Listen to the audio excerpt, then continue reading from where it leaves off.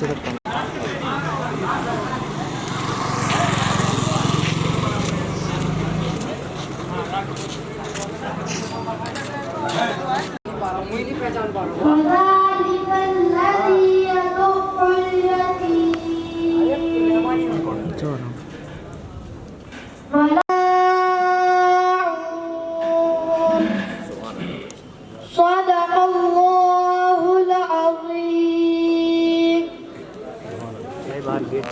उनकी खिदमात को याद किया जा रहा है। मैं खराज अकीदत पेश करता हूँ मोहसिन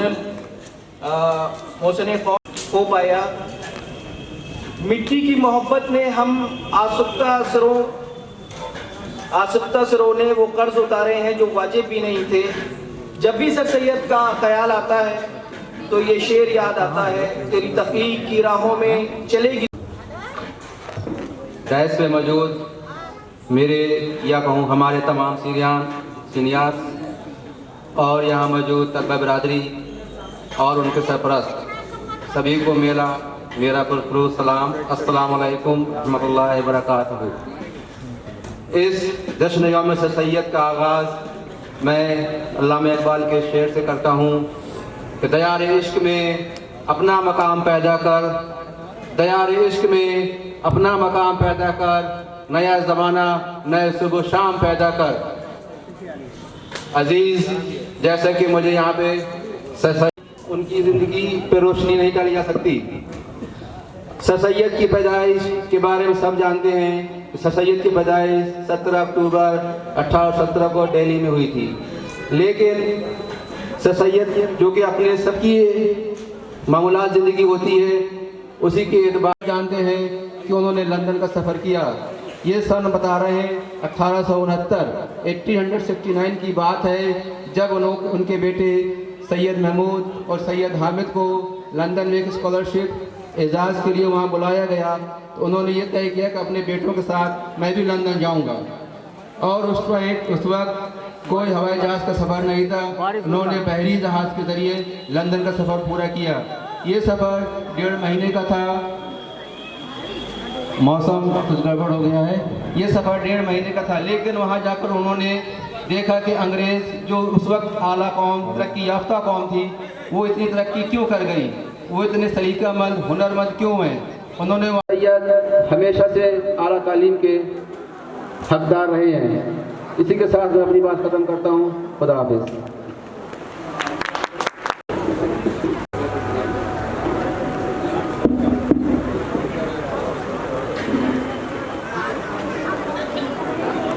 आपकी बच्ची है।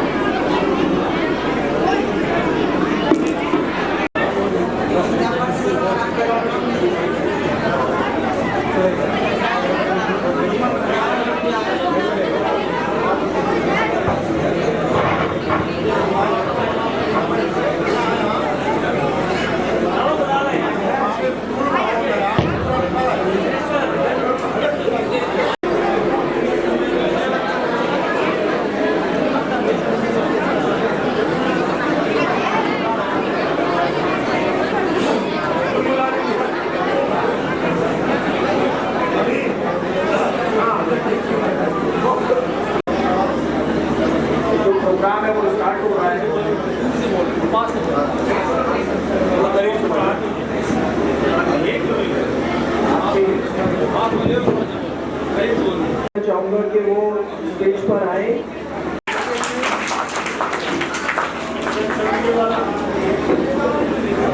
बहुत बहुत शुक्रिया।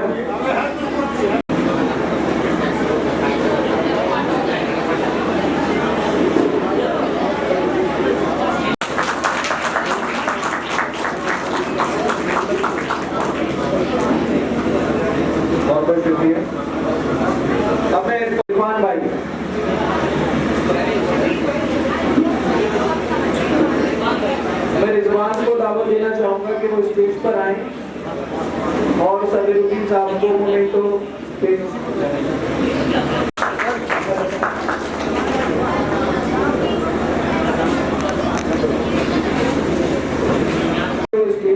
और अहमद हसन साहब को मोमेंटो पेश करें।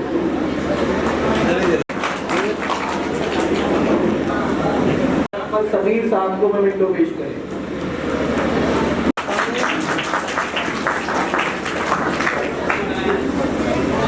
बहुत बहुत शुक्रिया। वो पोडियम पे आए और आगे का प्रोग्राम संभालें।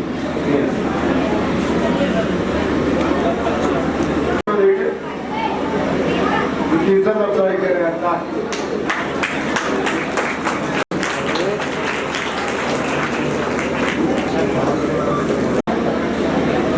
तो मैं आवाज देना चाहूंगा शाहिद अली वारसी भाई को क्यों आए और मेहमान जाती साहब।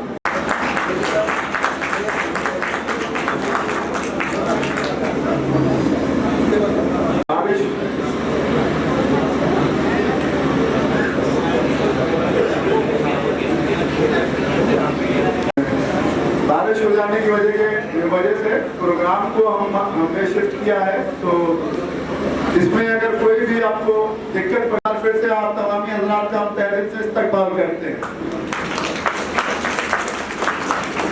कि आज का ये दिन हमारी तमाम अली बिरादरी के लिए बहुत अहम दिन होता है, क्योंकि आज के दिन हम अपनी है और इन प्रोग्रामों का नाम है, जैसे जो दीनी तालीम होती है वो इकरा के नाम से मुकम्मल करवाई जाती है, और जो साइंटिफिक तालीम देना चाहूँगा जनाब जिदान आसिफ सिद्दीकी साहब को, जो कि 6 to 8 क्लास में डिबेट के विनर हैं। आप तमामी हजरात का Assalamu alaikum everyone. I am Zidan Asif Siddiqui from class 7 of Stanford Inter College. Our today's topic is: should parents provide smartphone to their child at a young age? What do you say? Yes or no? I say yes, but some people will say no. My answer to them is that when the smartphones came, it reduced our burden of studies.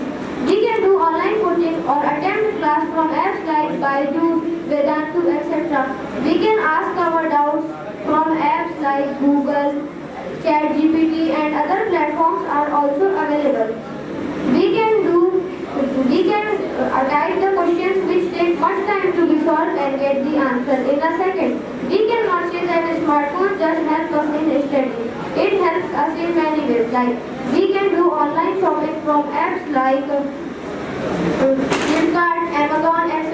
We can also do online payment from Google Pay, Bharat Pay, etc. The first smartphone was introduced on 16 August 1994. I am saying parents should provide a smartphone to their child at a young age if he or she is trusted and responsible to use smartphone. I am again saying parents should provide a smartphone to their child only if he or she is trusted by their parents and responsible. Thank you.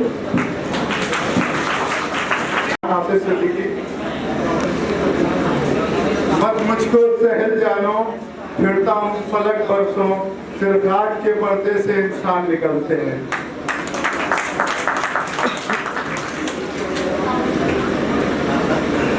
Miss Ayesha Siddiqui, जो कि 9th और 10th class में debate winner हैं। आप तमामी हजरात इनका तालियां बजाकर तहे दिल से इस्तकबाल।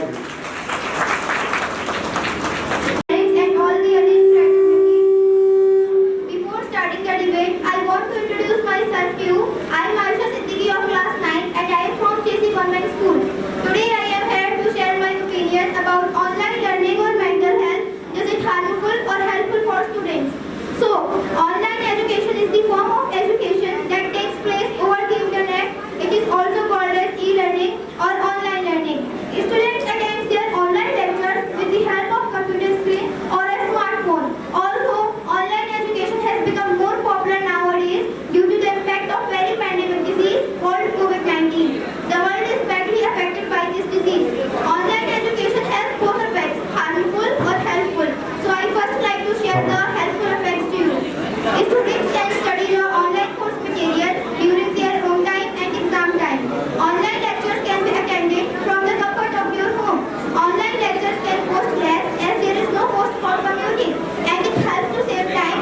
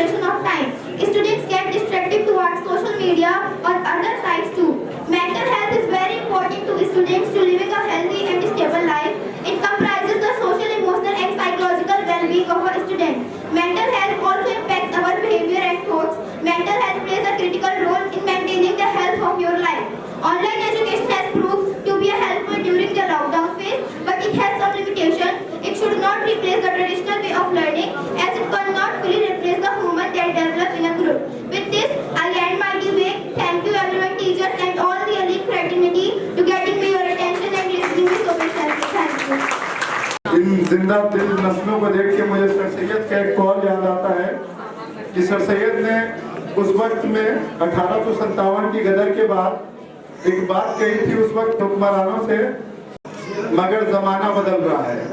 ये बात अलग है कि तुम न समझो मगर जमाना बदल रहा है, फूल पत्थर पे खिल रहे हैं, चिराग आंधी में जल रहा है।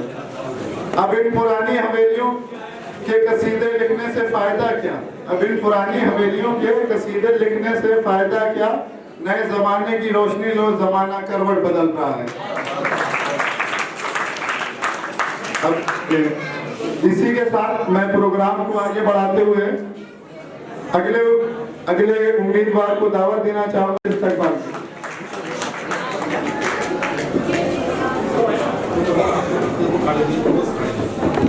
Assalamu alaikum and good evening one and all present here. I would like to introduce myself as Mohammad Faizan from class 9, student of St. Joseph Senior Secondary School, Mahoba. And today I am here to speak on the topic online learning and mental health. So I am going to speak against the topic. So let's start. Online learning. What is online learning? Online learning means to gain knowledge through internet. Yes, I agree. It is cheap and accessible. But the main point that converts it into a negative thing is online, internet. Because it does not only show the things that we search, but also the things which can divert us from our studies, such as ads of games, calls, videos, interrupt the students and students leave their studies. They forgot what they were doing. They just start surfing on the internet and many hours of students get wasted. And this is the main cause. That's why I am saying that online learning is not beneficial. And as we know that mobile phones and other devices radiates energy, which does not only harm our mental health but as well as our physical health. It makes our eyes vision blurry. It limits our capability of imagination. It limits our capability of learning. And I would like to ask question to the people who says that we cannot study without online sources. It is very tough to study without online sources. That how did great people like Albert Einstein, Thomas Alva Edison, APJ Abdul Kalam became great men? Did they take the help of online sources? Was on that time online sources? No. They just focus on their goal and move towards it. And it is our proud privilege to have these gems of Madaha at this stage of Sir Sayyid Day, and especially for me because our guest of honor, Mrs. Suraiya Rani Kadir, is my eldest pupil. And to have many Algerians in a family is a very big thing to proud about. So at last I would like to say that leave online study by yourself so that people learn about you online. And I would like to express my special thanks of gratitude with Meta Association for creating such a wonderful platform to find out the hidden talents of kids of Mother. Thank you and have a wonderful evening. निकल गए अगयार marrow माँ से आगे निकल गए, उलझे हुए थे सुबह की पहली किरण से हम।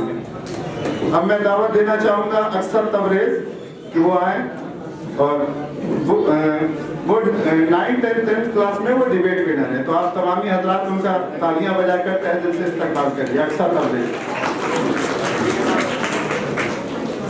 Most respected audience. My name is Aksar Tabriz from class 11 of Rahman Inter College. The question at hand is whether automation tools threat to human employment or serve as a catalyst for job creation. This topic that elicits strong opinion on both ends of the spectrum. Allow to be present argument against the notion that automation to threat to human employment is emphasize its potential as a catalyst for job creation. Firstly, history has shown us that technological advancement, including automation, have consistently led of the evolution of job rather than outright elimination. The fear that machine will replace human has existed for centuries. Yet this technological revolution from the industry revolution to the digital era has ushered in new opportunities and industries. Automation might displace certain jobs, but it also creates more complex and specialized. Secondly, automation enhances productivity and efficiency, which can drive economic growth by automation repetitive tasks. Humans are freed on focus on higher value work. fostering innovation and entrepreneurship. For instance, and manufacturing, while certain job of manual dynamics, the demand for skilled technicians, engineers, and designers to manage and innovative automation process increase. Moreover, automation contribute to the development of new industry and skill sets. To open door fields like artificial intelligence, robotic, data analysis, and cyber security. These industries offer diverse employment opportunities, requiring blend to technical, creative, and problem-solving skills to skills that are uniquely human. Furthermore, the current wave of automation has the potential has addressed societal judgment. Apart from creating jobs that can help us in addressing it, yes, certain roles might become absolutely, but they are often replaced by positions that more intellectually stimulating innovation and contribute to overall society.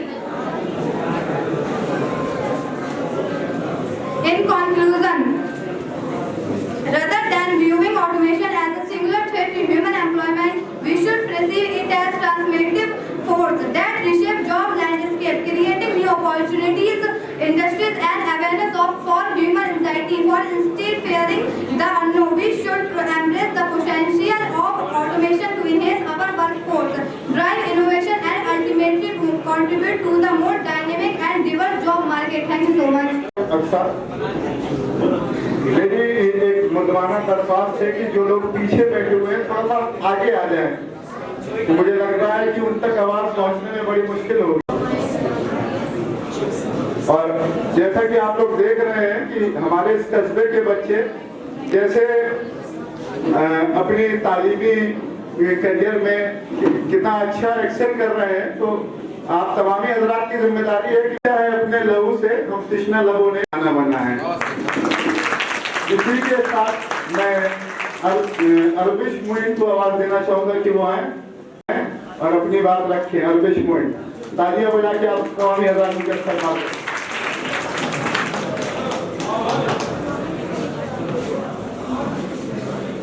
And respected audience, myself Arvish Muin of class 11 from St. Paul's Inter College. Today, the topic of my speech is harnessing the legacy of Prophet Muhammad, peace be upon him, for solving 21st century global challenges. Prophet Muhammad, life and teachings offers us a wellspring of innovative solutions that can address the global issue we face today. First, technology and innovation. The Prophet's legacy teaches us the value of adapting to new circumstances. In 21st century, we can harness technology. The Prophet's advocacy for the rights and empowerment of women in 21st century. We can build upon this legacy to further gender equality and women's empowerment through innovative policies and social initiatives.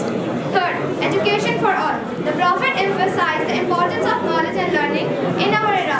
We can harness this legacy by leveraging technology to make education accessible to all, ensuring that no one's left behind in the information age. Fourth, social justice. The Prophet was an advocate for a social justice, emphasizing the equal treatment of all people, regardless of their background. In 21st century, inequality still persists. We can draw inspiration from his teachings to address issues of poverty, discrimination, and human rights.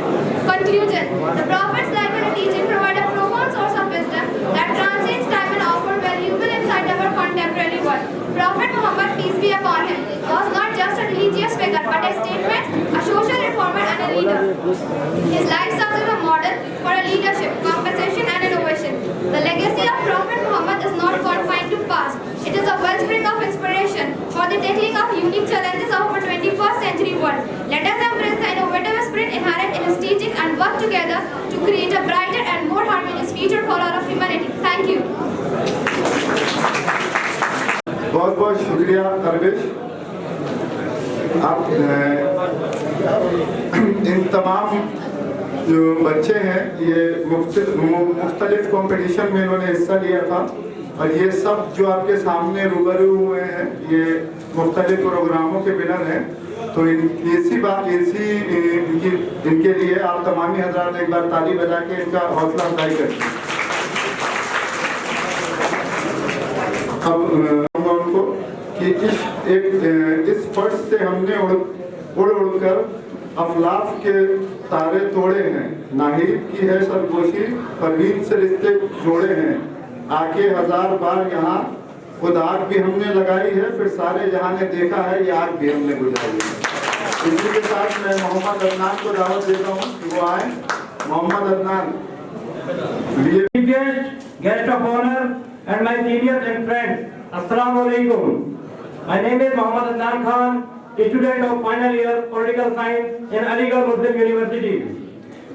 As we are celebrating Sir Syed Day here in Maudaha, it feels really important to me to tell the philosophy behind creating the hub of Muslim education in Aligarh in the form of Aligarh Muslim University.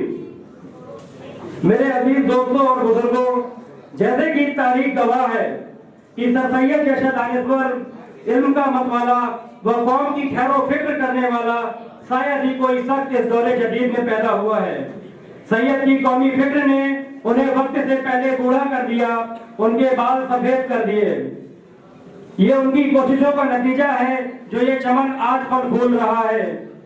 हजारों साल लगे अपनी बेनूरी बेरोती है, तब जाकर होता है चमन में कोई जीदावर पैदा। 19वीं सदी का मुसलमान जो उस वक्त भी पुराने किलों की बुलंदी, इमारतों की चमक धमक देख और मुगलिया हुकूमत के कभी कायम होने के गुमान में जिंदगी बसर कर रहा था, जिसे मॉडर्न साइंस व अंग्रेजी ज़बान से मानो नफरत की थी, जो ना दौर के साथ चलना चाहता था और ना अपने बच्चों के मुस्तकबिल की फिक्र करता था। ये बात अलग है कि तुम न समझो मगर जमाना बदल रहा है, फूल पत्थर पे खिल रहे हैं, चिराग आंधी पे जल रहा है।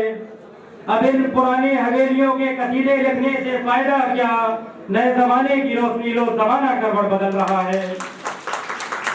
सर सैयद की ये दूरंदेशी थी जो बदलते दौर को पहचानते थे, जिन्हें मालूमात थी कि आने वाला वक्त साइंस का है, आने वाला वक्त तालीम का है।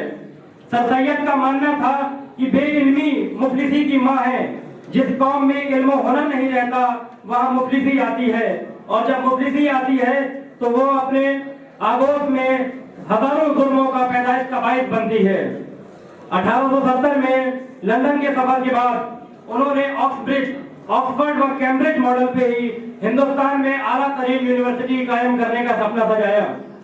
सर सैयद ने 1859 में मुरादाबाद में स्कूल कायम किया, वो 1864 में गाजीपुर में साइंटिफिक सोसाइटी, वो 1875 में मदरसतुल उलूम जो आगे जाकर अलीगढ़ मुस्लिम यूनिवर्सिटी की सूरत इख्तियार करता है।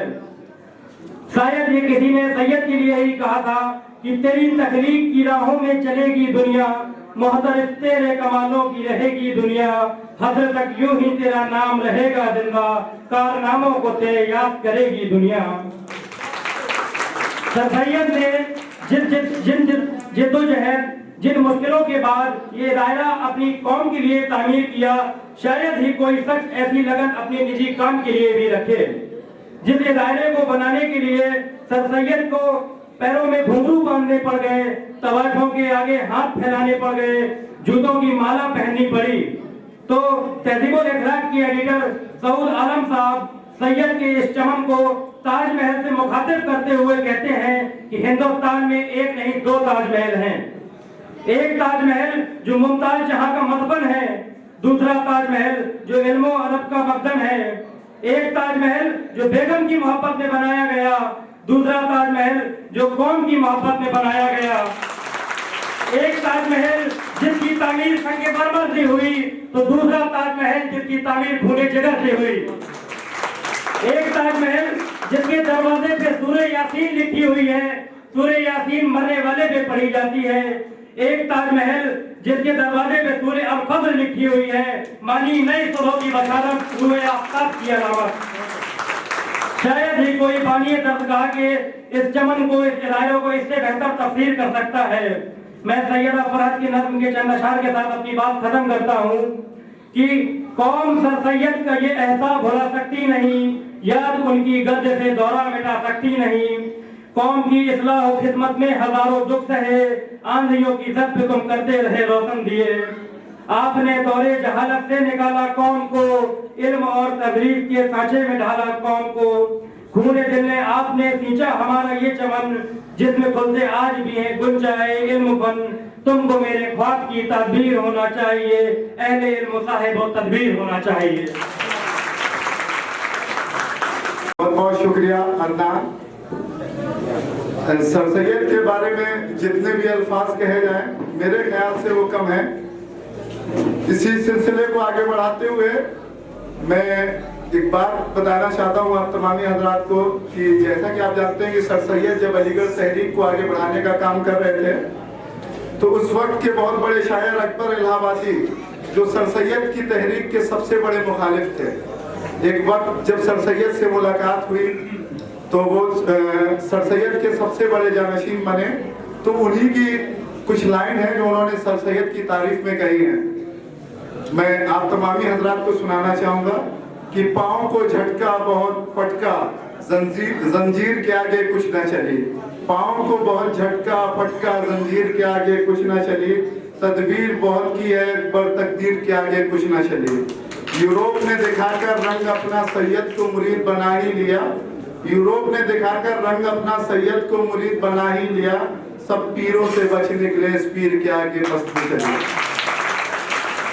इन्हीं अल्फाजों के साथ मैं अगले उम्मीदवार को दावत देना चाहूँगा, Mohsin Khan, BE mechanical second year. Mohsin Khan, तमामी हजरात तालियां बजा के इनका इस्तकबाल करें।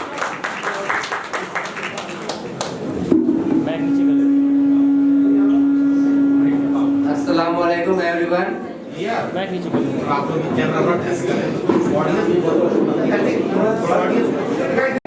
मैं बीई सेकेंड ईयर का स्टूडेंट हूँ।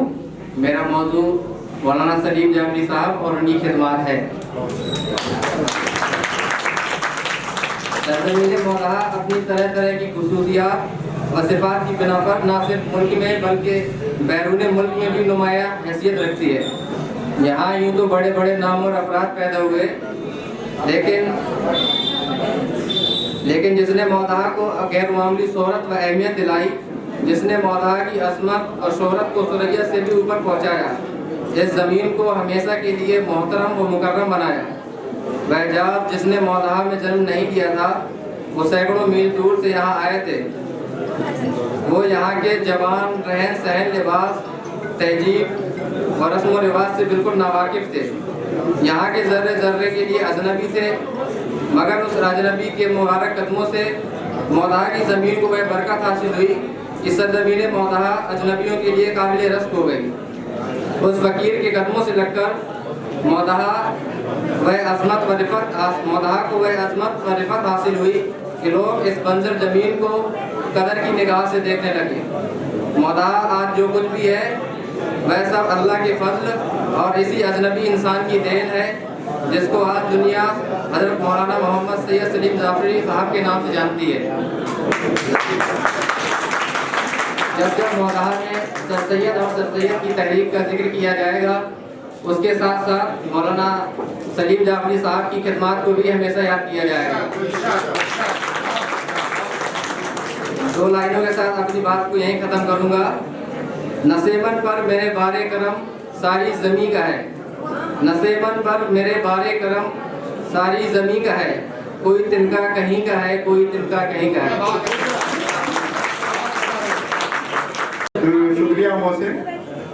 और ये बात हकीकत है, ये बात वाज़ेह है कि मदहा में जब जब सर सैयद और उनकी सोच का जिक्र होगा तो ये अगर हम मौलाना सलीम जाफरी साहब को याद न करेंगे तो ये उनके साथ बहुत बड़ी नाइंसाफ़ी है।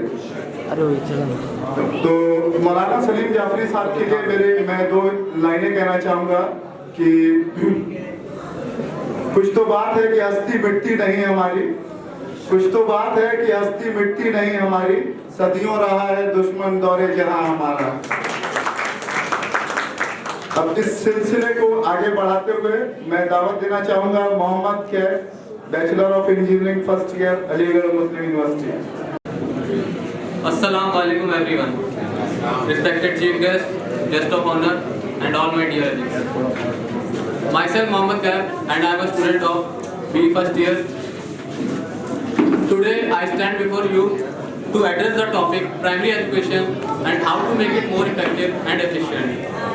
Primary education refers to the initial stage of formal education that our children typically undergo. laying the fundamental groundwork for their academic journey. Primary education aims to develop essential skills like literacy and numeracy while fostering a love for learning and social interaction. Investing in primary education is investing in the future.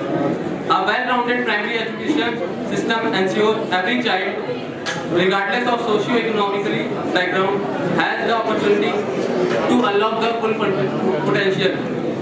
It is the key to breaking the cycle of poverty, empowering individuals, etc. To just outline the importance of primary education, it paves the way for child success. But that's not enough to say. We need to know in details how it helps to provide a foundation and structuralize and build a truly educated individual. A good primary education helps to develop the full potential of a child by enhancing social skills, character development, teaches diversity, build team spirit, etc. As I conclude today, let us remember that key to a brighter future lies in the hands of our children. Let's pledge to support and prioritize primary education, because as the saying goes, every child counts and every child is our chance to learn and thrive. Thank you, and let's work together to ensure a world where every child potential is realized through power of primary education. Thank you. बहुत बहुत शुक्रिया। कैस सिलसिले को आगे बढ़ाते हुए मैं दावत देना चाहूँगा मोहम्मद आसिफ, डिप्लोमा स्टूडेंट हैं ये। चलिए आइए, आपका बहुत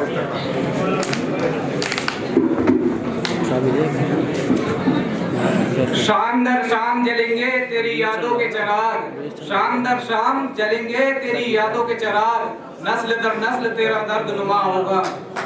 Respected chief guest, my dear friend and my dear seniors, Assalamu alaikum wa rahmatullahi wa barakatuh. Myself Muhammad Asif, student of PE first year in Aligarh Muslim University. Today I am going to deliver the last message of Sir Syed Ahmad Khan.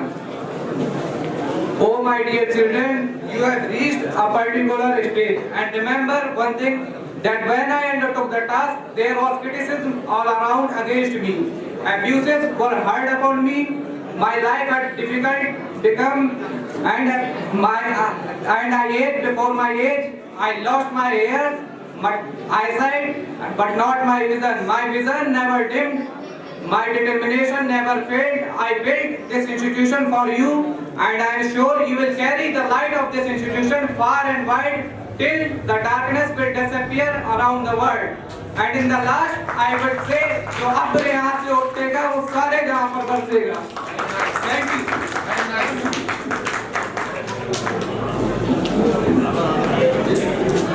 बहुत बहुत शुक्रिया आसिफ, बड़ी जज्बाती तकरीर की आपने, बहुत बहुत शुक्रिया।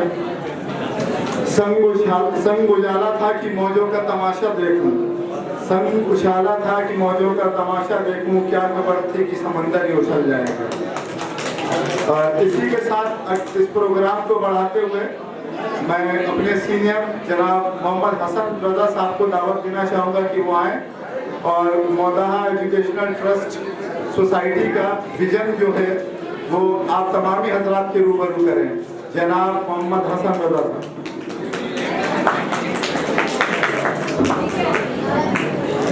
अस्सलामुअलैकुम।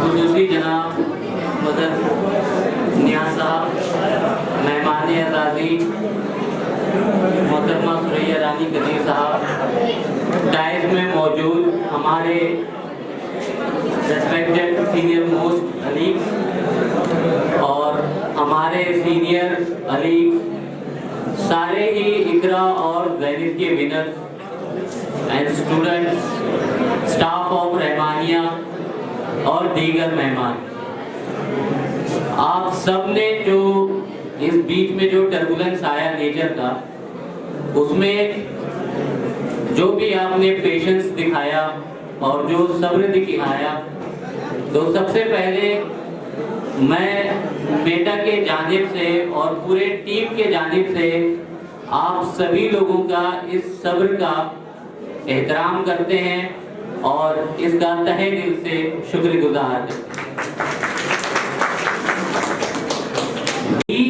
एक विजन है जो सर सैयद साहब एक लेकर चले अपने कम्युनिटी के लिए, हम सब के लिए, कि वो तालीमी बुनियाद से अपनी तरक्की करें और तालीम से जो भी पसमानदा कौमें हैं उनको ऊपर उभारें और अपने कम्युनिटी को तरक्की पे और मेन स्ट्रीम पर लेकर आए। इसी विजन से ही मेटा भी चलता है कि हमें उस सर सैयद ने जो लौ जलाई है, तालीमी एतबार से अपने आप को, अपने कम्युनिटी को और अपने जो चाहने वाले हैं उन सबको एक लेवल से ऊपर उठ के एक दूसरे लेवल पर पहुंचाना। हमारा भी एक जो अहम रोल है वो हम ये देखने की कोशिश करते हैं किसी भी स्टूडेंट में कि उसका लेवल क्या है, वो किस लेवल पर है। अगर वो एक गांव के लेवल पर है तो हम उसमें क्या मदद कर सकते हैं कि वो एक जिले के लेवल पर आ जाए, और अगर वो एक जिले के स्तर का टैलेंट है तो उसको हम स्टेट लेवल पे कैसे लेकर जाएं, और स्टेट लेवल से हम उसको कंट्री लेवल से, और कंट्री लेवल से हम कैसे एक इंटरनेशनल लेवल पर उसको लेकर जाएं। उसके साथ साथ हमारा जो एक अहम मिशन है और उसको हम एक विजन कह सकते हैं कि मोदाहा की एक यूनिक आइडेंटिटी को कैसे एस्टैब्लिश करें। मोदाहा अपने आप में एक बहुत बड़ा इलाका है, इन द सेंस कि आज मोदाहा के रिप्रेजेंटेटिव हर एक मुल्क में, हर एक शहर में पाए जाते हैं और जो मोदाहा का नाम रोशन करते हैं, तो हर जगह हमें मोदाहा देखने को मिल जाएगा। इस सेंस में मोदाहा एक बहुत बड़ा है, लेकिन दूसरे सेंस में मोदाहा अभी छोटा है, क्योंकि अभी बहुत से ऐसे घर बाकी हैं, बहुत से ऐसे लोग बाकी हैं जो जिनको हमें उस लेवल पर लेकर जाना है ताकि वो भी हर एरिया पर पहुंच के मोदाहा का नाम रोशन करे। और सिर्फ एक यही नहीं कि हम सिर्फ पहुंच जाएं किसी शहर पे, बल्कि एक अपने फील्ड में डिफरेंट डिपार्टमेंट्स में वो अपनी एक यूनिक लीडरशिप एस्टैब्लिश करें। और जब तक लीडरशिप एस्टैब्लिश नहीं होगी तब तक एक जो नाम है या एक जो रोल है to take the lead internationally, to lead the whole community, वो नहीं आ पाए। तो हमें अपने अपने फील्ड में जो भी है उसमें एक दूसरे की इतनी हेल्प करनी है कि वो अपने फील्ड में बिल्कुल स्पेशलाइज्ड एक्सपर्ट हो जाए और उसको वो लीड करके चले। और जब वो उसको लीड करके चलेगा, he is one of the Maudahians who will be leading the world. और दूसरा जो हमारा विजन है वो है इल्म और से इखलास, इल्म टू इखलास।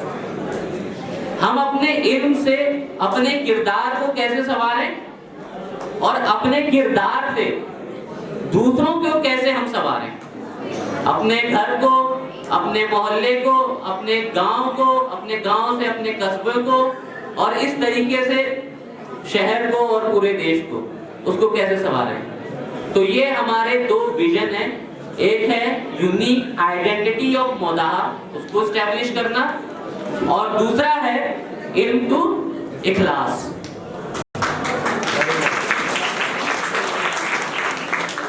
अब आते हैं हमारे मिशन पे। हमारा मिशन ये है, बहुत सारे वैसे तो मिशन है, हम डिटेल पे सारी चीजों पे नहीं जाएंगे, मोटे मोटे चीजों पे हम जाते हैं। एक तो मोटिवेट करना, लेकिन किनको मोटिवेट करें, उनको जो इल्म की तरफ इतने रागिब नहीं है, उनको मोटिवेट करना, उनको इंस्पायर करना, tell them stories, tell them जो भी बन सके उनको इंस्पायर करने के लिए, ताकि वो इंस्पायर्ड हो और वो आए। वो मोटिवेट हो। दूसरा जो है वो ट्रेन करना, उनको ग्रूम करना, और जो भी हमारे निचले तबके के लोग हैं उनको हमें ग्रूम करना, उनको टैलेंट को हंट करना, उनसे टैलेंट लेकर आना और उनकी हेल्प करना ताकि वो आगे बढ़ सके और वो अपने टैलेंट को दिखा सके। हमने एक ऐसा सेंटर एस्टेब्लिश कर लिया है जो पूरा मौदाहा अब गर्व के साथ ये कह सकता है कि हाँ, एक अलीग का एक ऐसा सेंटर है कि जहां पर आप जाएं, आप अपनी प्रॉब्लम्स को रखें तो आपके लिए कुछ ना कुछ सोल्यूशन जरूर मिलेगा।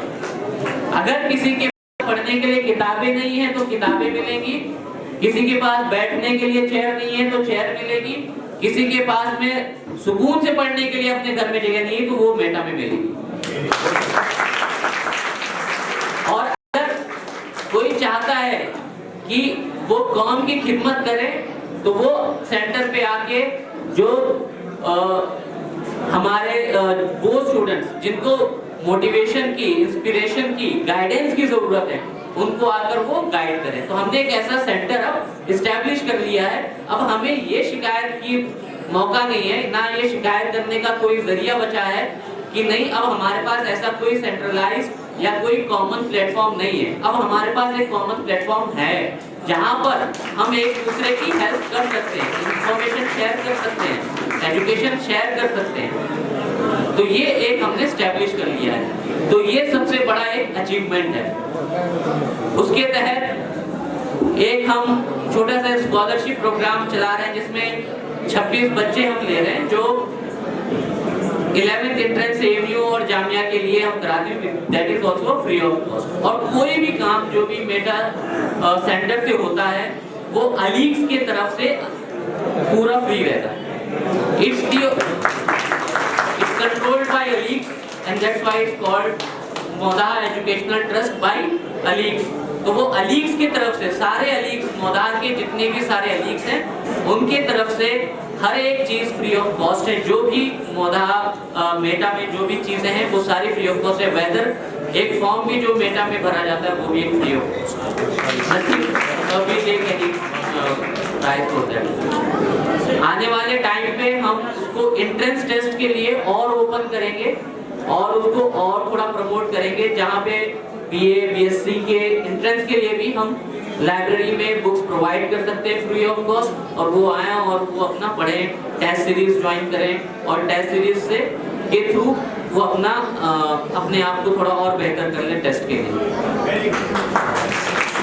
तो बहुत सारी चीज़ें हैं और मेरे ख्याल में वो टाइम टू टाइम लोगों से शेयर होती जाएंगी और सेंटर भी यही है, उससे भी सारी चीज़ें पता चलती रहेंगी। जाते जाते मैं बस यही कहना चाहूँगा कि मिटा दे अपनी हस्ती को, मिटा दे अपनी हस्ती को, अगर कुछ मर्तबा चाहो, मिटा दे अपनी हस्ती को अगर कुछ मर्तबा चाहो, कि दाना खाद में मिलकर गुलू गुलजार होता है। मौदाहा में जो मेटा का सेंटर है वो मौदाहा के लोगों का है, वो किसी एक का या किसी एक फर्द का, किसी एक ग्रुप का नहीं, बल्कि सारे मौदाहा के लोगों का है। और अब ये मौदाहा के लोगों को डिसाइड करना है कि उसको कैसे यूटिलाइज करें। Thank you very much.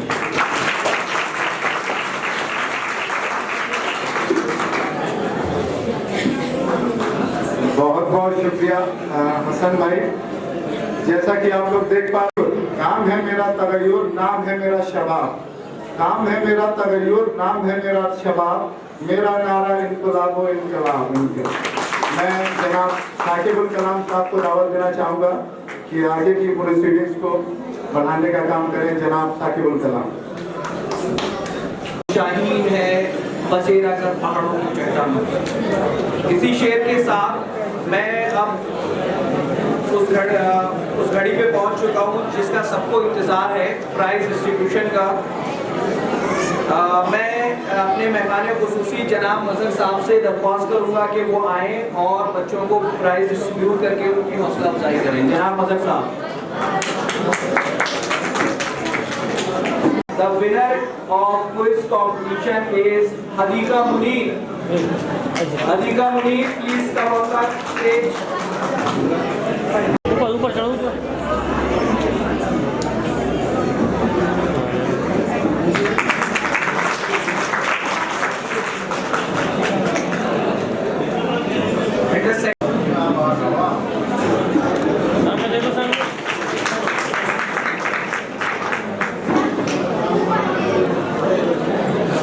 Level 6 to 8 class, first prize for debate goes to Zaidan Asif Siddiqui.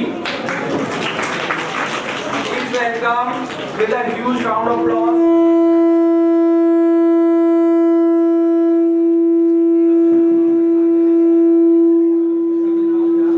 Zaidan Asif Siddiqui.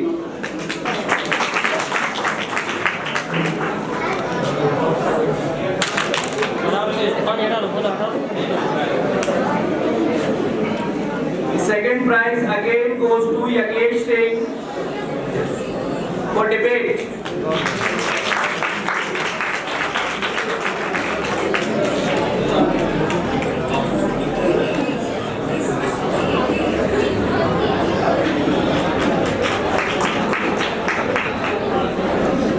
Class 6 to 8 ऐसे राइटिंग कंपटीशन बोर्ड के दोनों जो शिफानास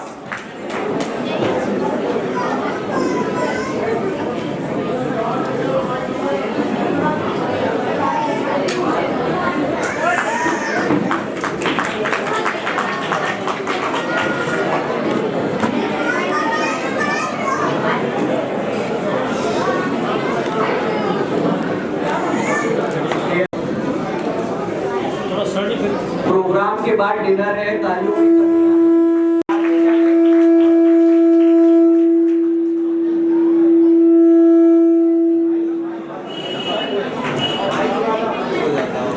competition goes to Nizamuddin. Please welcome with a huge round of applause Nizamuddin. Second prize goes to Fakhruddin.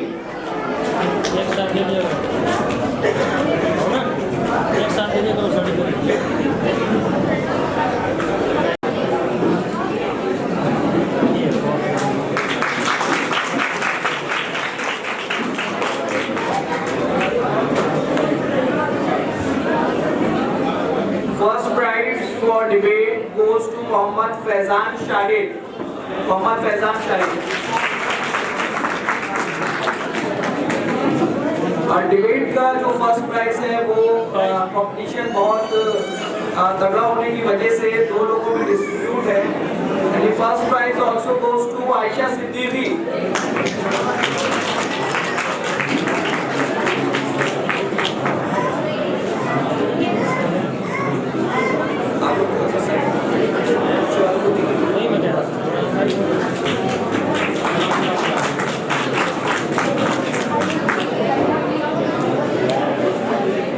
Prize goes to for debate is Swalia Ishaq. Swalia Ishaq.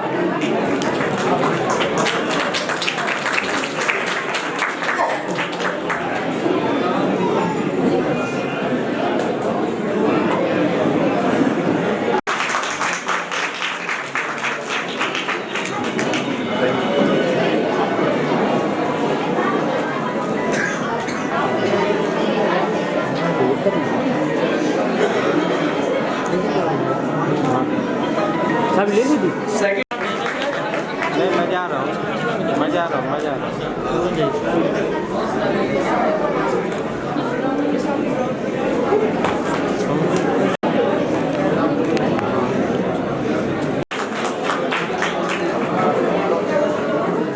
Debate competition Aqsa Tabrez.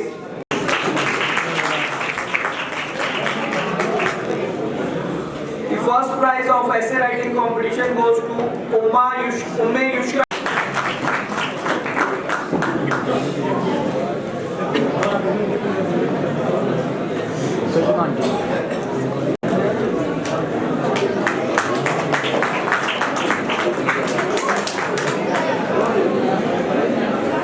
शुक्रिया sir. आ जाए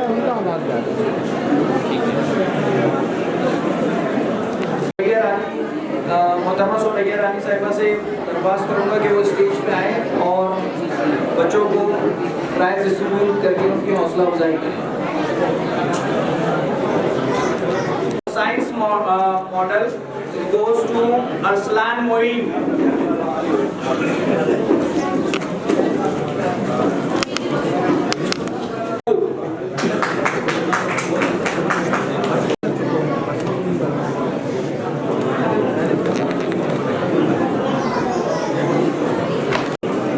Kibra result level class 6 to 8 Islamic speech. First prize goes to Zeban Asif Siddiqui. Prize goes to Zohaibullah. Islamic poetry goes to Aisha Parveen. Aisha Parveen. To Muhammad Asif Khan. Muhammad Asif Khan. 9th and 10th. First prize of Islamic poetry goes to Sualia Ishaq. Second prize of Islamic poetry goes to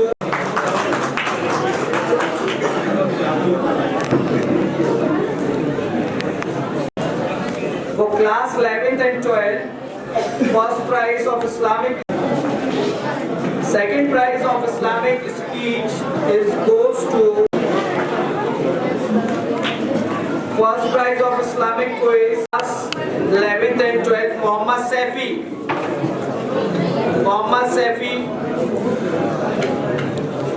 And the second prize of Islamic quiz goes to Tamkin Warsi. Tamkin. शुक्रिया ma'am, बहुत बहुत शुक्रिया।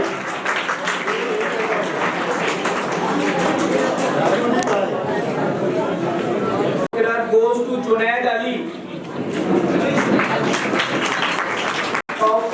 Goes to Laiba.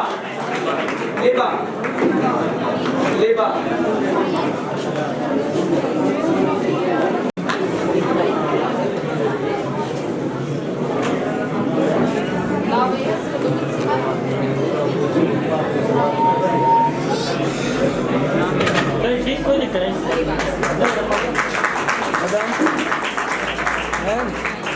Ma'am यहाँ देखिए सामने। इस शौक को पैदा करने के लिए कि खुद बच्चे आगे आके ऐसे प्रोग्राम्स को मैनेज कर सके, तो इस बार हमने स्टूडेंट कोऑर्डिनेटर्स बनाए और उन स्टूडेंट कोऑर्डिनेटर्स ने ज़हनित और इकरा प्रोग्राम में मैनेजमेंट में हिस्सा लेके उस प्रोग्राम को मुनक्किद किया। तो मैं दावत देना चाहता हूं और आप सभी लोगों की तालियों के साथ में इन सारे स्टूडेंट कोऑर्डिनेटर्स को कि वो आएँ और मोमेंटो ऑफ एप्रिसिएशन मैम से लें और सभी लोग इस बात से उनकी तालियां उतरें कि उन्होंने ज़हनित और इकरा को मुनक्किद अपने अंदाज से उन्होंने जो भी कर सकते थे वो किया और this will be a lesson for all the students how to coordinate such events. Programme को हर तरीके से मैनेज किया, स्टूडेंट्स मैनेज किए। इमरान अहमद सारी चीज तैयार किए और सीटिंग अरेंजमेंट की। क्लास 9 मंतशा शहजाद,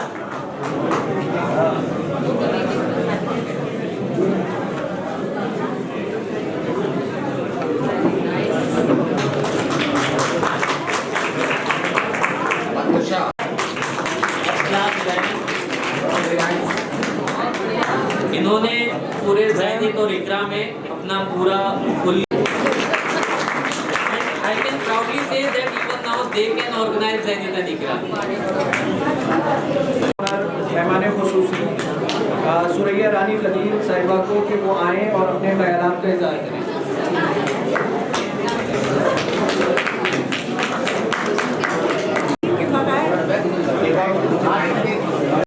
खत्म है तो दे दे, ठीक है, बढ़िया 3 बजे रह जाए।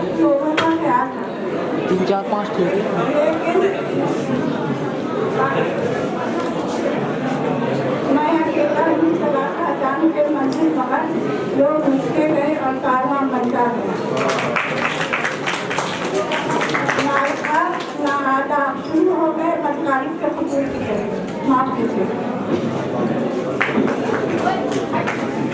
आली और अल्लामा शिबली के बगैर उर्दू का तस्वर नहीं, लेकिन सर सैयद के सामने आते ही लोगों को यह इतराफ़ करना पड़ा सर सैयद के बगैर उर्दू का कोई तस्वर नहीं। और एक उर्दू का नाम लीजिए, सर सैयद का तस्वर में आते हैं, और सर सैयद का नाम लीजिए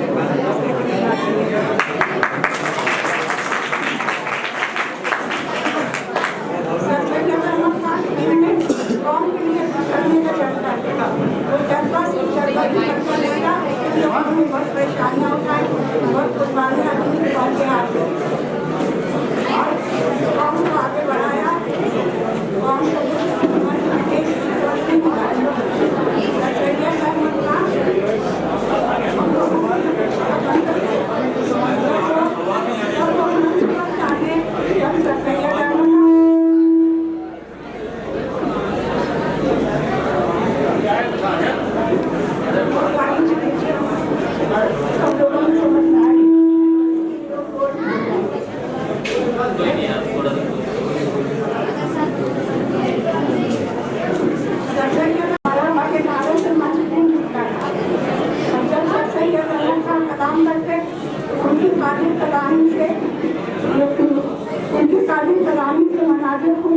सामने आ गए।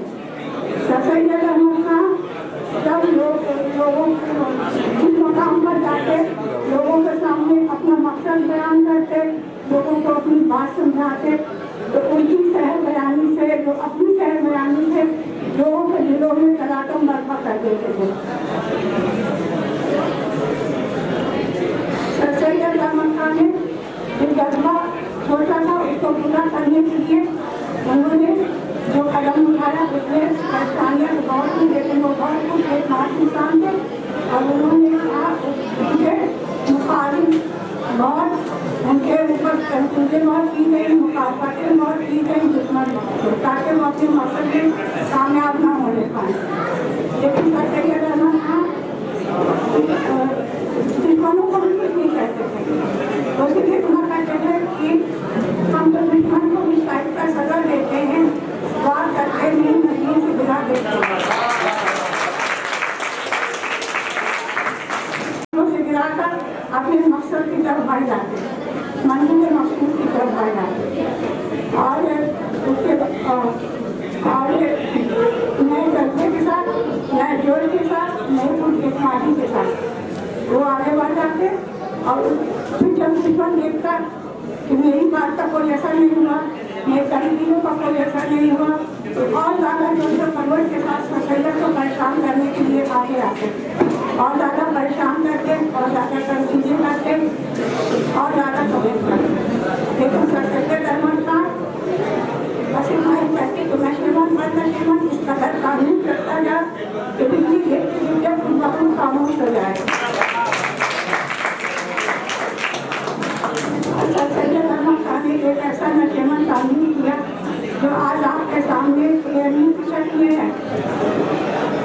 सर सैयद अहमद खां ने एक ऐसा नशेमन कानून किया जो एयरनी की शक्ल में आपके सामने, वो कोई की इमारत नहीं है, सर सैयद अहमद खां का ख्वाब है, सर सैयद अहमद खां की मेहनत है, उनका पूरी जिगर है। और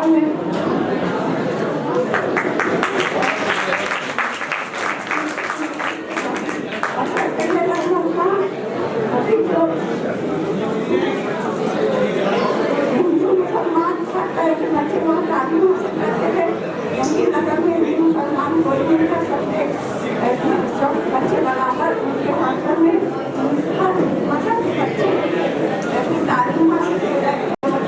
चला गया कोई मुसलमान चला गया,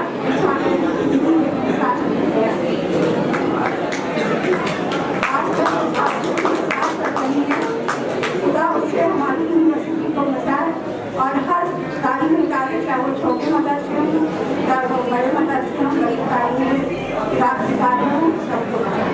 लेकिन जो सोच में सोच से रहना, इत्तेहाद और इत्तेफाक से रहना, ये सर सैयद अहमद खां की आला गहरी और पार्टी का सोच हमारी सकती है। सर सैयद अहमद खां ने अपने ऐसे बेकदर खिदमत करने वाले ऐसे करने खिदमत इंसान की अजमत को, अजीम इंसान की अजमत को हम सलाम करते हैं। कहाँ जा रहे हो? बाबू ऐसे को हम सलाम करते हैं।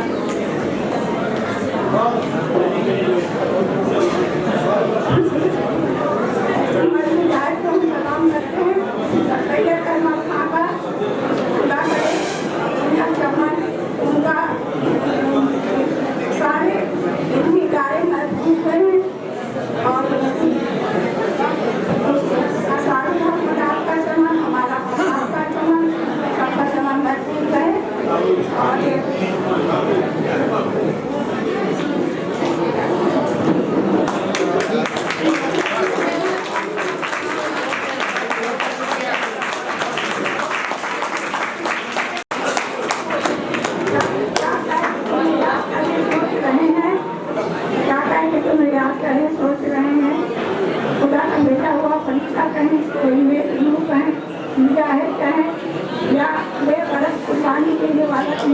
करें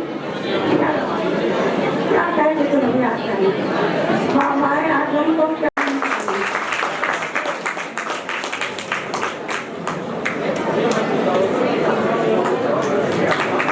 बहुत शुक्रिया। ये थी मोदाल की फर्स्ट लेडी। अब मैं दावत देना चाहूँगा हमारे चीफ गेस्ट जनाब मजहर साहब को कि वो स्टेज पर आए और अपने ख्यालात का इजहार करें। जनाब मजहर साहब। यहाँ स्टेज में चले गए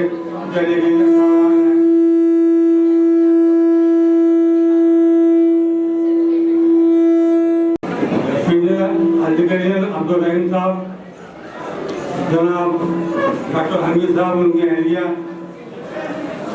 जनाब वकील साहब, जमानिया कॉलेज की प्रिंसिपल साहबा, डॉक्टर साहबा, अफसर साहब, अमीर राजू साहब, जनाब डॉक्टर अकबर साहब, हजरात, हम आज जो है बकरीद डे का जश्न मना रहे हैं और ये बड़ी अजीब बात है कि इस मौसम में भी आप सब लोग बैठे हैं। मैं आप सब लोगों का शुक्रिया अदा करता हूँ। इस मौसम में आप मौजूद हैं, तमाम बच्चियाँ हजरात में मौजूद हैं। पहली बात तो ये है सैयद साहब ने 1817 में अलीगढ़ में पैदा हुए और 27 मार्च 1898 में इंतकाल हो गया। आपने 1875 में MAO Mohammedan Anglo oriental college की बुनियाद रखी और 1920 में अलीगढ़ मुस्लिम यूनिवर्सिटी का क्याम हुआ। पहले ग्रेजुएट मैत्री प्रसाद थे, ये आपको मालूम होना चाहिए। तो सैयद साहब ने हर कौम के लिए, चाहे वो सिख हो, ईसाई हो, हिंदू मुस्लिम, सब के लिए यूनिवर्सिटी दरवाजे खुले हुए थे और लोगों ने पढ़ा। हमारे खास बात आपको बताना चलूँ मैं कि मौदात की नुमाइंदगी बहुत पुरानी है। 1924 याद करिए आप लोग, उस जमाने से मौदात के लोग अलीगढ़ में पढ़ते रहे। मेरे वालिद साहब भी 1924 में उनके स्टूडेंट थे और उसके बाद सिलसिला जारी रहा, सिलसिला चलता रहा। आज तमाम मौदात के अली जो बाहर हैं, बाहर मुल्कों में हैं, वो नाम रोशन कर रहे हैं और तमाम हजरात जो है इस मौदा का नाम रोशन हो रहा है। ये बहुत बड़ी बात है। इन सब पर चीज़ों को गौर करिए और बच्चों को आप जो है मोटिवेट करें, उनसे कहें खूब मेहनत करें, पढ़ें और अलीगढ़ जाएँ, अलीगढ़ में पानी हासिल करें। इससे अच्छी यूनिवर्सिटी आपको बहुत कम जगह मिलेगी। बहुत बड़ी बात है कि इससे कम खर्च में आपको बच्चा पढ़ लेता है और पढ़ने के बाद बड़ा अधिकारी बन जाता है। अलीगढ़ के बारे में जो बहुत कुछ कहा गया, तमाम बच्चों ने अपने अपने ख्याल किए। सबसे एक खास बात जो सब लोग भूल गए हैं वो ये है कि अलीगढ़, सालाना अलीगढ़ जो है जिसको पंजाब नबी साहब ने 1936 में 1936 में सालाना लिखा था और 1955 में उनका इंतकाल हो गया। उसके बाद वो सालाना अलीगढ़ में पढ़ा गया। उसका एक शेर है, जो ताके हरम में रोशन है वो शम्मा यहाँ भी जलती है। तो इस शम्मा को जो जल रही है हर शरीफ में मुसम्मा अलीगढ़ यूनिवर्सिटी में जलती है। इस शम्मा को खूब रोशन कीजिए, खूब पढ़िए। मौला के बच्चों को उस शम्मा को जलाए रखना है, अपना नाम पैदा करना है। एक नाम मैं भूल गया था, जनाब अहमद अहमद में बैठे हैं, ये मेरे स्टूडेंट हैं और अलीगढ़ यूनिवर्सिटी के पुराने स्टूडेंट हैं। इसलिए इस शम्मा को जलाए रखिए और खूब पढ़िए, मेहनत करिए। शुक्रिया, बहुत बहुत शुक्रिया।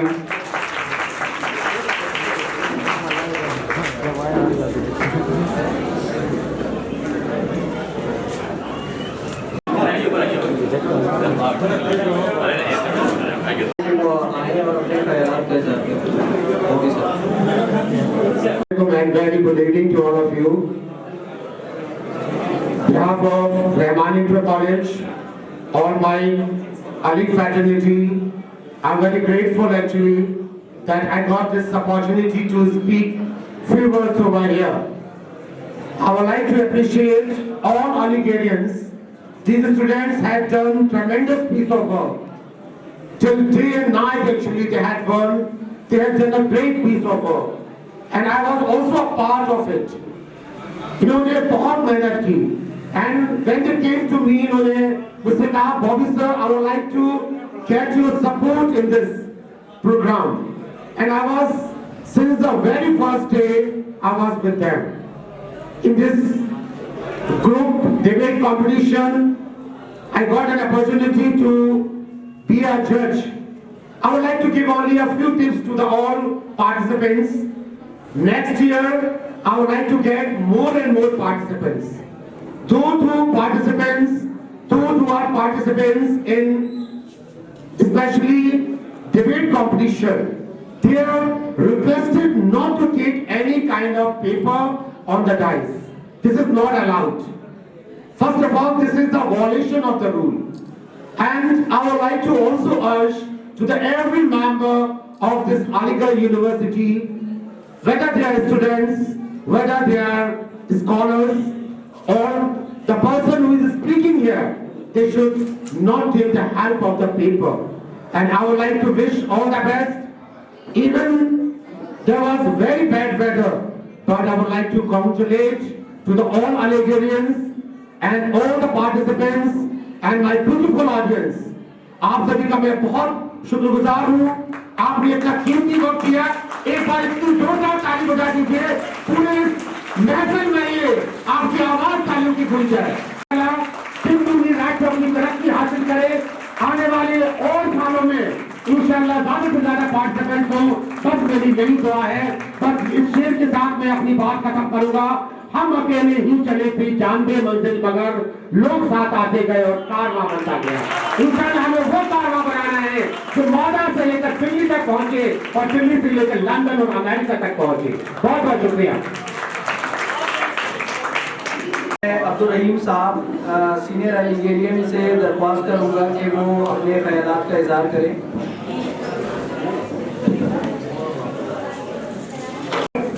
मैं आपको बताना चाहता हूँ कि हमारी कॉलेज का पहला बैच 1950 में हमीरपुर से एग्जाम दिया था, जिसमें सभी लड़के फेल पास हुए थे, मात्र एक लड़का करम मोहम्मद, और इसलिए कि कलकू बाबा एक बहुत बुजुर्ग आदमी मस्जिद लुधियाना के दाहिने तरफ लेटे रहते थे, वो कुत्ते उठते सब बुजुर्ग। उससे जाकर सुबह जाकर उसने कहा कि बाबा हमने यहाँ स्कूल का इम्तहान किया, हम पास हो गए कि फेल। तो बाबा ने कहा तुम फेल हो जाओगे। नतीजा ये हुआ कि करम मोहम्मद ने बाबा के गाल में एक चाटा मार दिया। नतीजा है बाबा ने फिर दोबारा कहा गाल सुलाते हुए कि तुम फेल हो जाओगे। एक बुजुर्ग कही हुई बात वो बिल्कुल टोटल वो होके रही। और मैं मेहरबानी एंड कॉलेज का सबसे सीनियर टीचर हूँ जिसको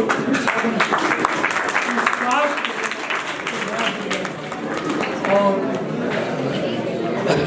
मौलाना ने सबसे पहले सन 1919 में खजूरवानी मस्जिद में दीनी इदारा खोला था, जिसमें हाफिज कुरान ऐसे ऐसे हीरे पैदा होते, हाफिज अब्दुल कपूर साहब, हाफिज रसूल बख्श साहब, हाफिज छोटा, हाफिज अब्दुल रहमान, जिसके 6 भाई सभी हाफिज कुरान थे।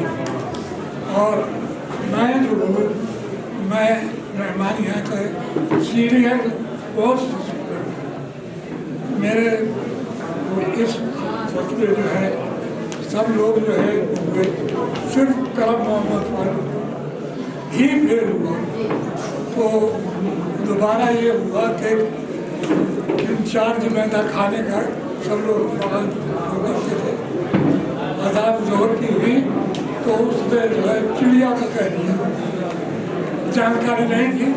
तो मैंने कहा कि बहुत तुझको फेल हो रहा है। सब लड़के चले गए तो मेरा हाथ पकड़ा और रोने लगा, कहने कनकू बाबा ने मुझको 2 बार कहा और तुमने ये भी कह दिया। तो मैंने कहा अल्लाह बड़ा रहीम करीम है, तुम माफ़ी मांग लो, माफ कर देंगे। मगर एक बुजुर्ग का तीर जो है सीधे निशाने को पड़ता है। और नतीजा ये हुआ कि जब वो रिजल्ट निकला तो करंट फेल होने वाले लड़कों को एक और किताब दिया जाता था, सप्लीमेंट्री में भी हो गई। वो बातें बाबा की 2 पूरी हो गई। और यहाँ जो उसने कहा, मेरा हाथ पकड़ के रोने लगा। मैंने कहा भाई मेरे अल्लाह बड़ा रहीम करीम तो माफ कर देगा, अगर किसी बुजुर्ग से जाके कोई टकरा जाए तो वो माफ नहीं होता, उसी ने देखा। ये यतीम मौलाना सलीम जाफरी ने वहाँ छोटा बाबा की मस्जिद में बोला था। बड़े काबिल करीम हाफिज पैदा हुए।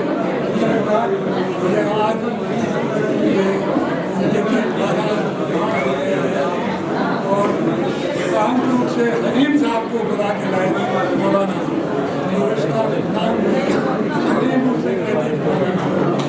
उसके बाद जो है मौलाना जो है एक बहुत बड़े टाइप गरीब थे।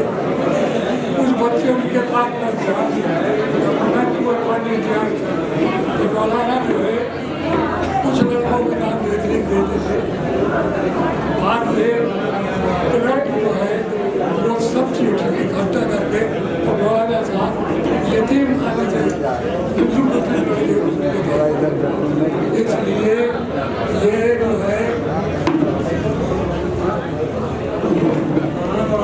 असद साहब जो है 1938 में है, उन्होंने जूनियर 8वें दर्जे तक किया और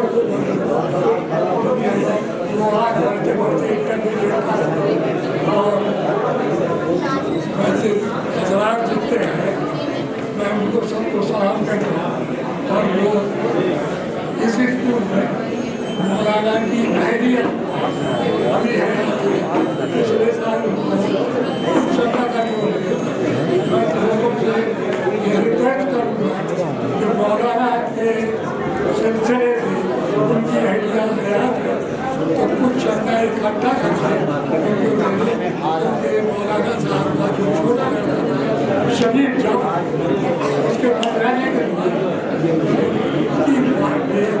देवा में इद्दत पूरी होने के बाद दूसरा निकाह कर दिया।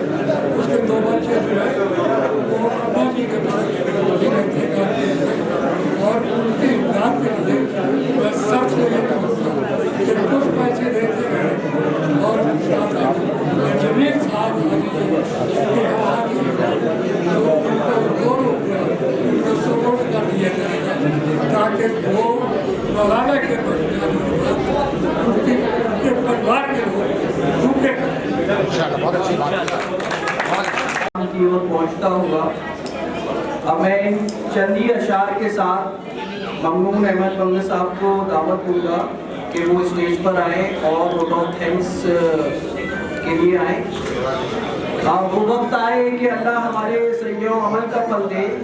बता रही है ये जुल्मत शब कि सुबह नज़दीक आ रही है, अभी है कुछ इम्तिहान बाकी, फलाकतों के निशान बाकी, कदम ना पीछे हटेंगे कि किस्मत हमें आजमा रही है। स्याहियों से गुंजी ना होना, गमों से अंदोज ना होना, इन्हीं के पर्दे में जिंदगी की नई सहर जगमगा रही है।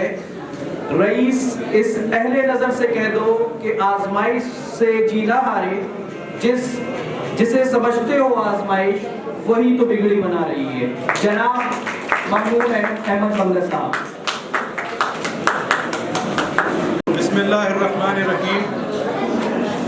स्टेज में जलवा अफरोज मेहमान खुसूसी जनाब मोहम्मद मजहर नियाज साहब, मेहमान एजाजी मोहतरमा सुरैया रानी साहिबा, प्रिंसिपल रहमानी इंटर कॉलेज मोहतरमा डॉक्टर रजिया सुल्ताना साहिबा, दीगर मुअज़्ज़िज़ मेहमानान और मुअज़्ज़िज़ सामीन इकराम, अस्सलामु अलैकुम।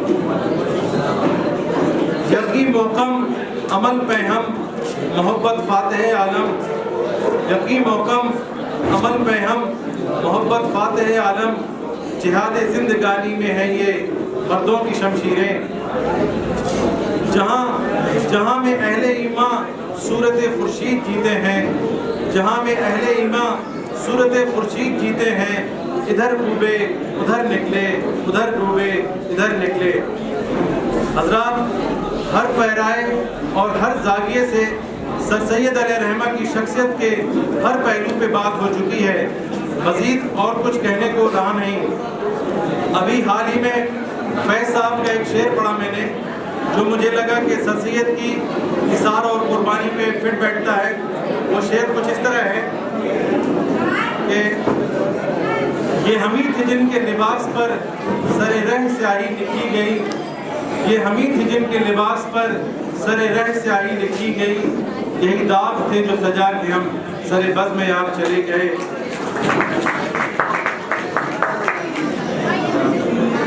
मेटा के क़याम, मेटा की प्रोग्रेस, मेटा के मिशन और विजन पे भी तफसीली रोशनी डाली जा चुकी है।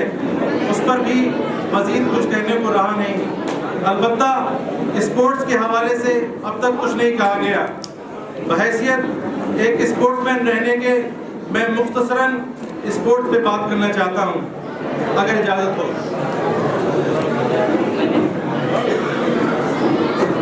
So in my opinion, education and sports go hand in hand. Sports not only build your physical health, but also the mental health. In sports, we have victories and defeats. So we learn in sports how not to lose our heads when we win, and at the same time not to get demoralized when we lose. When we work hard and achieve victory, it gives us a great feeling of satisfaction. And when we lose, we are so depressed, but gradually we understand that the failure is the best teacher, because it gives us the opportunity to soul search, analyze our mistakes, where did we go wrong, and then we struggle again, work hard, and we come back stronger. So life goes in cycles. Life never goes straight up. How far you go up is the ability to pop up when you are down. So the problem with human being is that when they are trying to achieve some goals and when the difficult time comes, they give up. So the sports teaches you the ability to take bad times, how to cope up with the defeats, the dynamics of picking yourself up again. So actually you become mentally very strong. Therefore, in a nutshell, sports is just as important as education. Hazrat, Nizami sports के अकाबरीन भी यहाँ तशरीफ़ फरमा है। जनाब मुशर्रफ कमाल साहब, जनाब नौशाद अहमद साहब, जिन्होंने कितनी खूबसूरती से मौदहा में स्पोर्ट्स को दोबारा जिंदा करने की एक ईमानदाराना कोशिश की है। इनकी ये कोशिश काबिल सताइश है। सबसे पहले रहमानी इंटर कॉलेज का ग्राउंड जो ओरिजिनली हुआ करता था उसका डिमार्केशन कराया, इंक्रोचमेंट क्लियर कराया, ग्राउंड की लेवलिंग एंड ग्रेडिंग कराई गई, फेंसिंग करवाई गई, एंट्रेंस गेट लगवाया गया जिससे कि ग्राउंड को दोबारा से खराब होने से बचाया जा सके और ग्राउंड के एक मिनी स्टेडियम की शक्ल दे दी गई। इन सब कामों में मैडम डॉक्टर रज़िया सुल्ताना साहिबा का भी भरपूर सपोर्ट रहा, मोरली एंड फाइनेंशियली। और उसके बाद मौदहा का पहला स्पोर्ट्स फेस्टिवल कराया निहायत ही कामयाबी के साथ। ये सब तारीखी काम हुए हैं इस मर्तबा स्पोर्ट्स के हवाले से। जोरदार तालियों से निज़ामी स्पोर्ट्स और रहमानी इंटर कॉलेज के एडमिनिस्ट्रेशन की हौसला अफजाई है। आजकल रोजाना की बुनियाद पर तकरीबन 50 से 60 बच्चे आपको ग्राउंड में शाम में नजर आएंगे, कुछ हॉकी खेलते हुए, कुछ फुटबॉल खेलते हुए और कुछ क्रिकेट खेलते हुए। ऐसे मनाजिर पहले कभी नहीं देखे गए माजी करीब में। अब मैं इज़हार तशक्कुर पेश करता हूँ, वोट ऑफ थैंक्स। सबसे पहले मैं खराज तहसीन पेश करता हूँ मेटा के एक एक फर्द को जिनकी अनथक मेहनत व लगन से आज की ये शाम आरास्ता हुई है और अपने इख्तिताम की जानिब कामयाबी के साथ गामजन है। मुझे मुनासिब लफ्ज़ नहीं मिल रहे हैं कि मैं किस तरह आप लोगों को मुबारकबाद पेश करूं आज की तकरीब की कामयाबी पे। जब कोई तकरीब इस खूबसूरत अंदाज से मुनक्किद हो रही हो तो इंसान की अब उसका इदराक, उसके अल्फाज, उसके एहसास और जज्बात की तर्जुमानी नहीं कर सकते हैं। लेकिन मैं इतना ज़रूर कहूँगा कि हसन रज़ा, डॉक्टर शहजाद, डॉक्टर फ़हीम, अजीम, डॉक्टर वसीम, शाहिद अली, तनवीर, फैज़ान, डॉक्टर मुकीमुद्दीन, चौधरी इरफान, अमीनुद्दीन, यासीन ने अपना भरपूर किरदार अदा किया आज की तकरीब को कामयाब बनाने में। अब मैं शुक्रिया अदा करता हूँ खालिद सुल्तान साहब, निदा कादरी और तमाम मेटा के मेंबर्स का जिन्होंने मेटा की प्रोसीडिंग्स को आगे बढ़ाने में मोरली एंड फाइनेंशियली सपोर्ट किया और हर नशेब व फराज में मेटा के शाना बशाना खड़े रहे। अब मैं शुक्रगुजार हूँ अपने मेहमान खुसूसी और मेहमान एजाजी और सुपर सीनियर्स जो स्टेज पे जलवा अफरोज हैं कि उन्होंने इस ठंड के मौसम में भी आज की तकरीब में शिरकत फरमाकर इस तकरीब को जीनत Bakshi.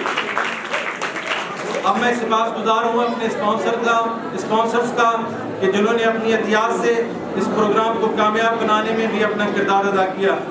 Last but not the least, मैं शुक्रगुजार हूँ रहमानी इंटर कॉलेज की प्रिंसिपल साहिबा डॉक्टर रज़िया सुल्ताना साहिबा का और उनके तमाम स्टाफ का जिन्होंने इस प्रोग्राम को कामयाबी में अपना किरदार अदा किया। आज हम इस बावकार और पुरमसरत मौके पर ये अज़्म करें कि अपने हिस्से की शमा जलाते रहेंगे और रात की तारीकी का शिकवा नहीं करेंगे। अहमद फराज साहब कहते हैं, शिकवा जुल्मत शब से तो कहीं बेहतर था, शिकवा जुल्मत शब से तो कहीं बेहतर था, अपने हिस्से की कोई शमा जलाते जाते। अब मैं मज़ीद आपके और खाने के दरमियान घायल नहीं होना चाहता। आखिरी दावाना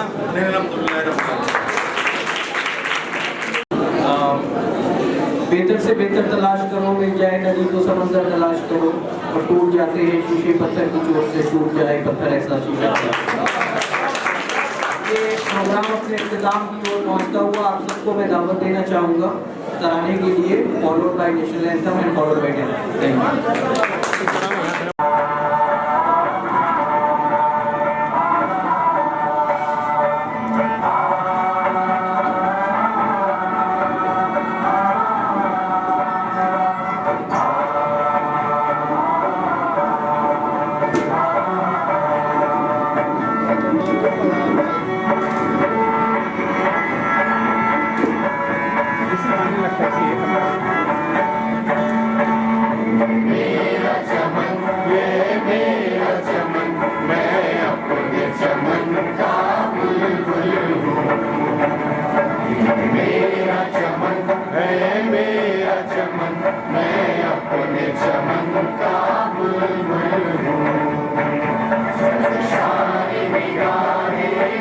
This is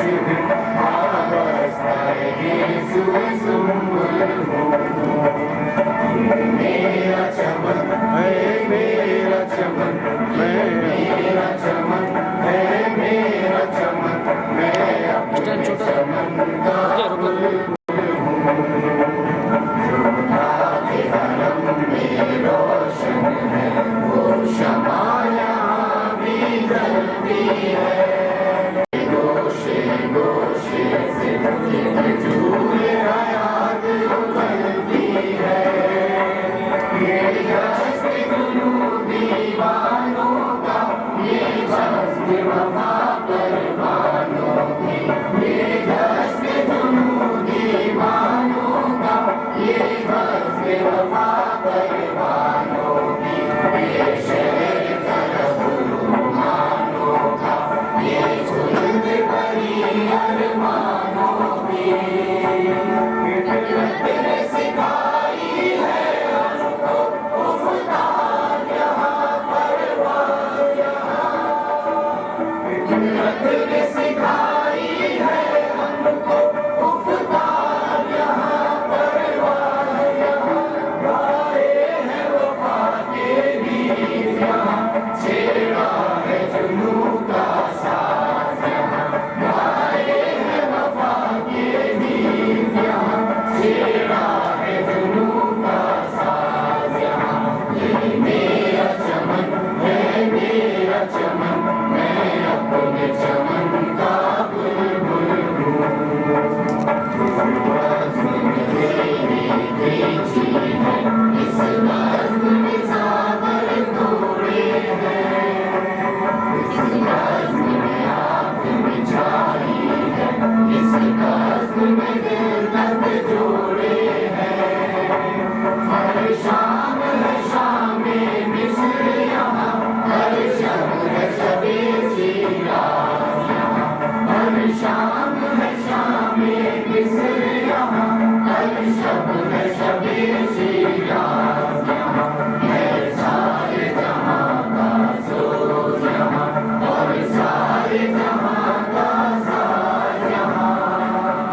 हर रात का बोसा लेने को सामान का आकाश यहाँ। हर रात का बोसा लेने को